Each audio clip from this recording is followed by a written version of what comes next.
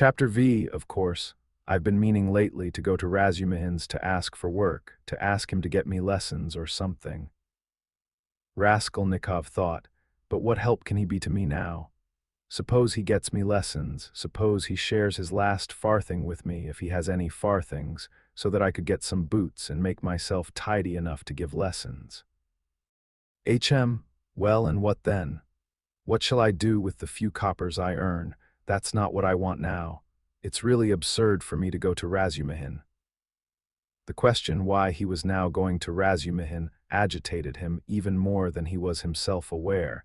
He kept uneasily seeking for some sinister significance in this apparently ordinary action. Could I have expected to set it all straight and to find a way out by means of Razumihin alone? He asked himself in perplexity. He pondered and rubbed his forehead, and strange to say, after long musing, suddenly, as if it were spontaneously and by chance, a fantastic thought came into his head. To Razumihin's, he said all at once calmly, as though he had reached a final determination. I shall go to Razumihin's, of course, but not now. I shall go to him. On the next day after it, when it will be over and everything will begin afresh. And suddenly he realized what he was thinking. After it, he shouted, jumping up from the seat. But is it really going to happen? Is it possible it really will happen? He left the seat and went off almost at a run. He meant to turn back homewards, but the thought of going home suddenly filled him with intense loathing. In that hole, in that awful little cupboard of his, all this had for a month past been growing up in him, and he walked on at random. His nervous shudder had passed into a fever that made him feel shivering. In spite of the heat, he felt cold. With a kind of effort, he began, almost unconsciously, from some inner craving, to stare at all the objects before him, as though looking for something to distract his attention. But he did not succeed, and kept dropping every moment into brooding. When with a start he lifted his head again and looked round, he forgot at once what he had just been thinking about and even where he was going. In this way he walked right across Vassilyevsky Ostrov, came out onto the lesser Neva, crossed the bridge and turned towards the islands. The greenness and freshness were at first restful to his weary eyes after the dust of the town and the huge houses that hemmed him in and weighed upon him. Here there were no taverns, no stifling closeness, no stench. But soon these new pleasant sensations passed into morbid irritability. Sometimes he stood still before a brightly painted summer villa standing among green foliage. He gazed through the fence. He saw in the distance smartly dressed women on the verandas and balconies, and children running in the gardens. The flowers especially caught his attention. He gazed at them longer than at anything. He was met, too, by luxurious carriages and by men and women on horseback. He watched them with curious eyes and forgot about them before they had vanished from his sight. Once he stood still and counted his money. He found he had 30 kopecks. 20 to the policeman, 3 to Nastasia for the letter, so I must have given 47 or 50 to the Marmeladovs yesterday, he thought, reckoning it up for some unknown reason, but he soon forgot with what object he had taken the money out of his pocket. He recalled it on passing an eating house or tavern and felt that he was hungry. Going into the tavern, he drank a glass of vodka and ate a pie of some sort. He finished eating it as he walked away. It was a long while since he had taken vodka, and it had an effect upon him at once, though he only drank a wineglassful. His legs felt suddenly heavy, and a great drowsiness came upon him.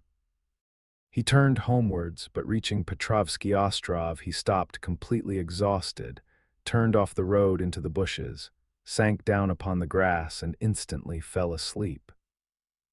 In a morbid condition of the brain, dreams often have a singular actuality, vividness, and extraordinary semblance of reality.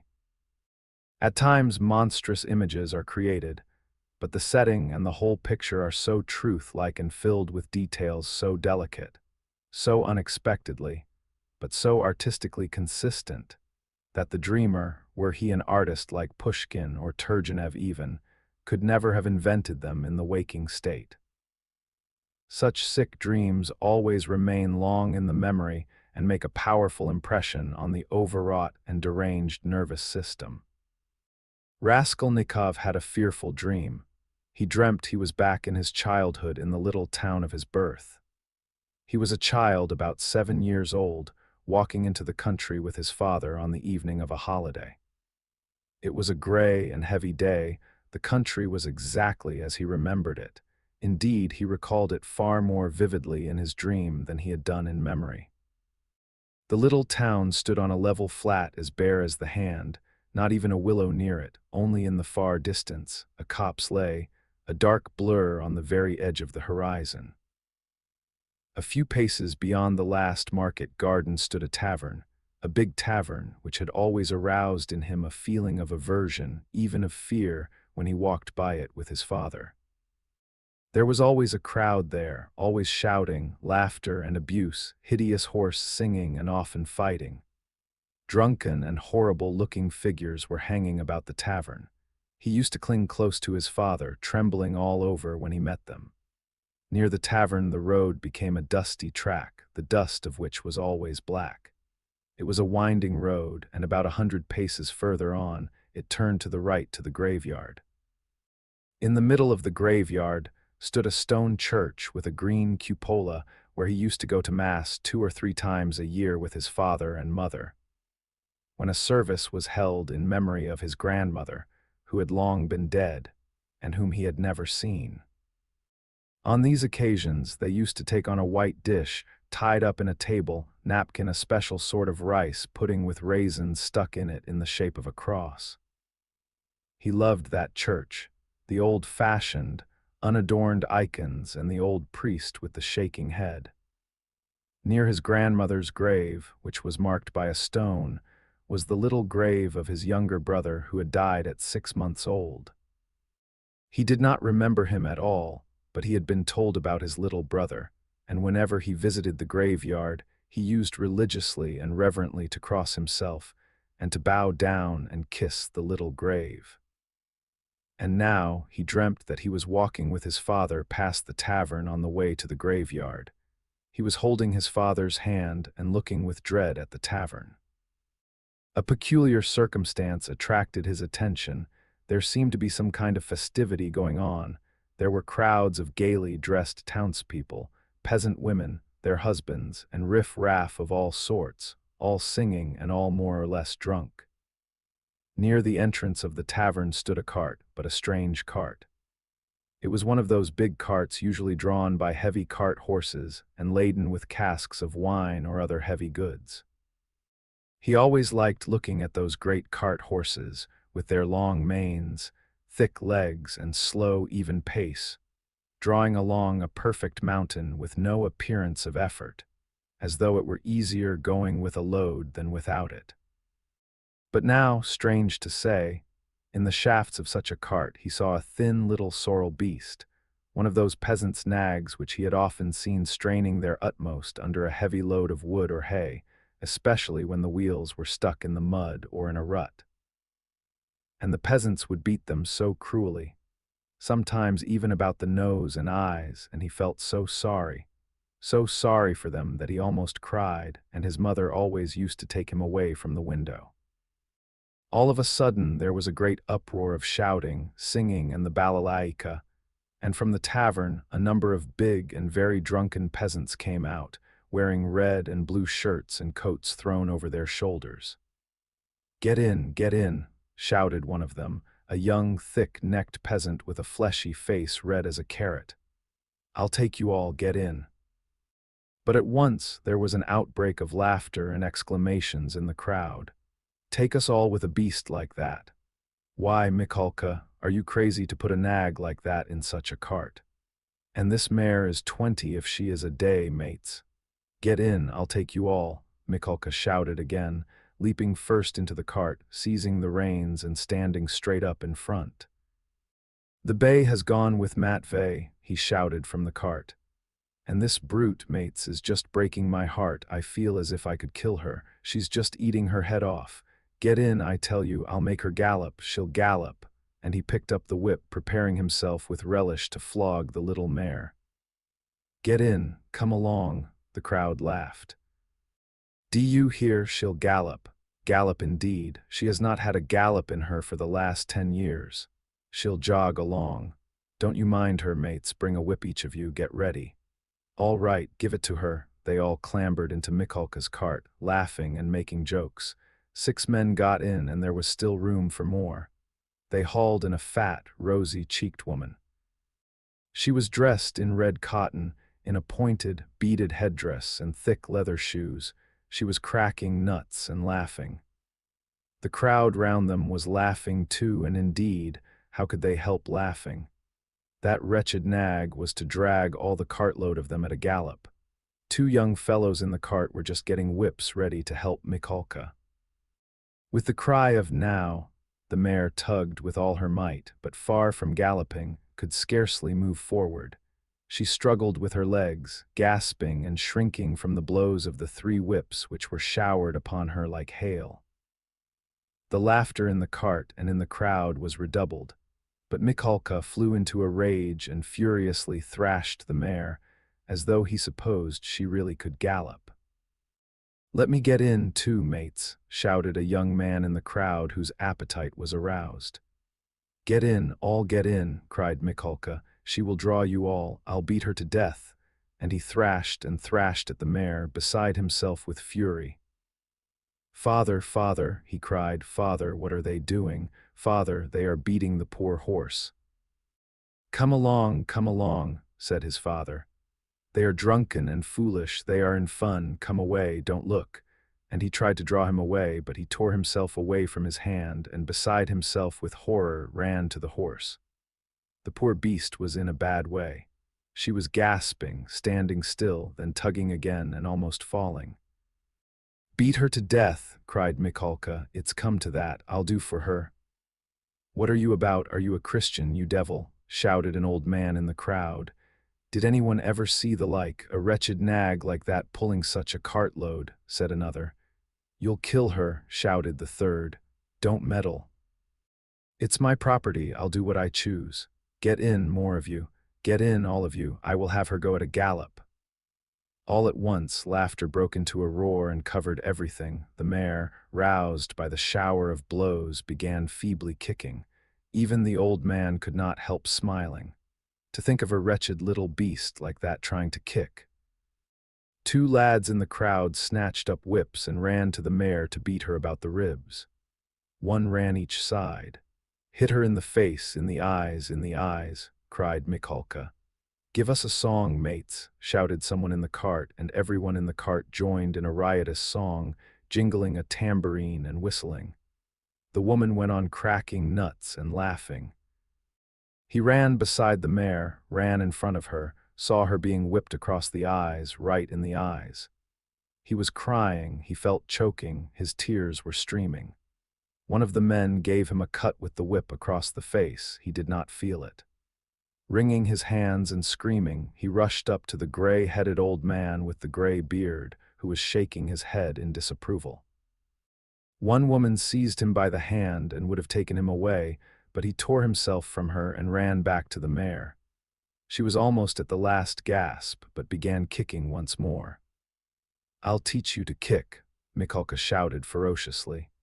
He threw down the whip, bent forward and picked up from the bottom of the cart a long, thick shaft. He took hold of one end with both hands and with an effort brandished it over the mare.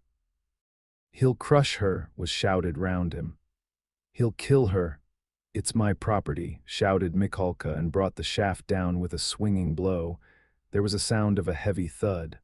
Thrash her, why have you stopped?" shouted voices in the crowd.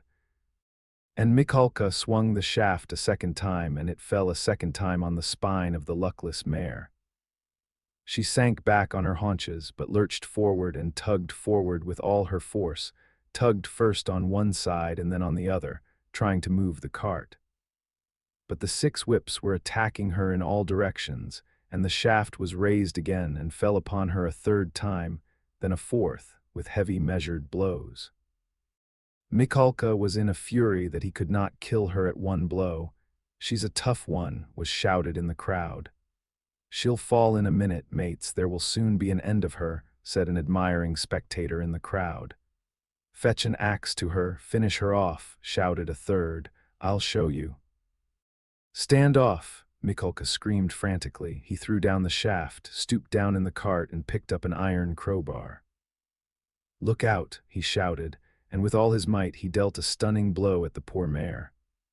The blow fell, the mare staggered, sank back, tried to pull, but the bar fell again with a swinging blow on her back, and she fell on the ground like a log. "Finish her off," shouted Mikulka, and he leapt beside himself out of the cart. Several young men, also flushed with drink, seized anything they could come across, whips, sticks, poles, and ran to the dying mare. Mikulka stood on one side and began dealing random blows with the crowbar.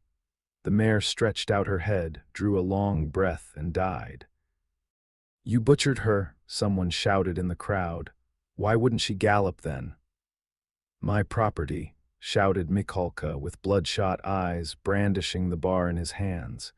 He stood as though regretting that he had nothing more to beat. "No mistake about it, you are not a Christian," many voices were shouting in the crowd. But the poor boy, beside himself, made his way, screaming, through the crowd to the sorrel nag, put his arms round her bleeding dead head and kissed it, kissed the eyes and kissed the lips. Then he jumped up and flew in a frenzy with his little fists out at Mikulka. At that instant his father, who had been running after him, snatched him up and carried him out of the crowd. "Come along, come. Let us go home," he said to him. "Father, why did they kill the poor horse?" he sobbed, but his voice broke and the words came in shrieks from his panting chest. "They are drunk, they are brutal, it's not our business," said his father. He put his arms round his father, but he felt choked. He tried to draw a breath, to cry out, and woke up. He waked up, gasping for breath, his hair soaked with perspiration, and stood up in terror. "Thank God that was only a dream," he said, sitting down under a tree and drawing deep breaths. "But what is it? Is it some fever coming on? Such a hideous dream."